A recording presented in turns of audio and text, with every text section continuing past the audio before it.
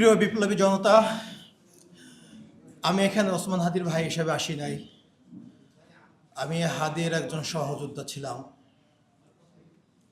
হাদি যখন গুলিবিদ্ধ হয়েছে, একই রিকশার বাম পাশে আমি বসা ছিলাম। হাদি ডান পাশ থেকে সন্ত্রাসীদের হাতে গুলিবিদ্ধ হয়েছে।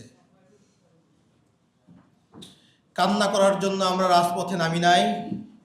শহীদ ওসমান হাদি যখন জুলাই আন্দোলনে অংশগ্রহণ করে, তার ওয়াইফ সন্তান সম্পা ছিলেন। দিনের পর দিন, রাতের পর রাত যখন বাসায় ফিরতে পারেন নাই, আমাদের পরিবারের পক্ষ থেকে তাকে বারবার বলা হতো পরিবারের কথা চিন্তা করতে হবে, নিজের নিরাপত্তার কথা চিন্তা করতে হবে। তার একটাই জবাব ছিল, আমাকে আমার আল্লাহ রক্ষা করবে। আমি যদি চলে যাই, এদেশের 18 কোটি জনতা আমার পরিবারকে দেখে রাখবে। এর চেয়ে বড় নিরাপত্তা আর কাউ দিতে পারবে না।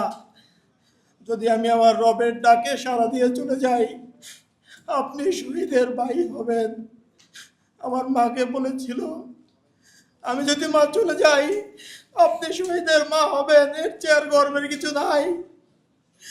কিন্তু আমি শহীদের ভাই হতে চাই নাই।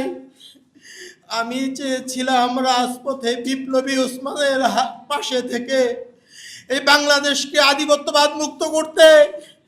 আমি চেয়েছিলাম ইনসাফের বাংলাদেশ যতদিন পর্যন্ত গঠন না হবে, আমরা রাজপথ ছাড়ব না। কিন্তু আজকে ওসমান চলে গেছেন। আল্লাহ ওকে তার সর্বোচ্চ পুরস্কার দিয়ে নিয়ে গেছেন। শুক্রবারের জুমার নামাজের পরে সে গুলিবিদ্ধ হয়ে পরবর্তী শুক্রবার রাতে সে ইন্তেকাল করেছেন সিঙ্গাপুরে। আমাদের পরিবার, ইনকলাব মঞ্চের ভাই ব্রাদাররা আমরা ঘটনার আকস্মিকতায় ধুমড়ে মুচড়ে গেছি। আমরা এখনও স্বাভাবিক জীবনে ফিরতে পারি নাই। জানি না আমরা স্বাভাবিক জীবনে ফিরতে পারবো কিনা।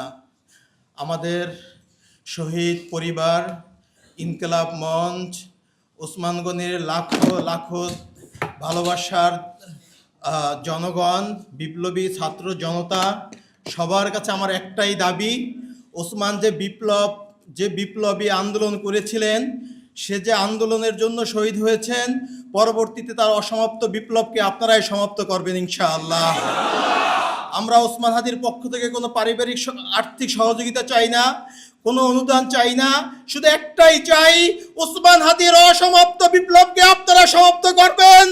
আপনারা যদি রাজি থাকেন, আমার সাথে ওয়াদা করেন, ইনসাফের বাংলাদেশ গঠন না হওয়া পর্যন্ত আপনারা শান্ত হবেন না।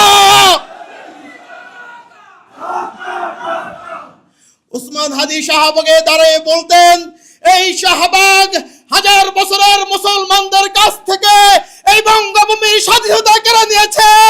এই শাহবাগে ফ্যাসিবাদের জন্ম হয়েছে। আমি এই শাহবাগ থেকে ফ্যাসিবাদকে রুখে দেব। এই শাহবাগে বসে আমি নারায়ে তাকবীর স্লোগান দেব।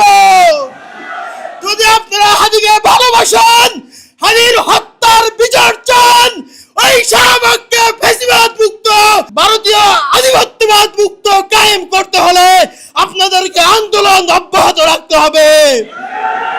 আমি আমার বক্তৃতা শেষ করছি। আপনারা হাদির 8 মাসের সন্তানের জন্য দোয়া করবেন, ওর ওয়াইফের জন্য দোয়া করবেন। হাদির ছোট বোন, আমার বাবা মৃত্যুর পরে আমরা 2 ভাই অসহায় ছিলাম।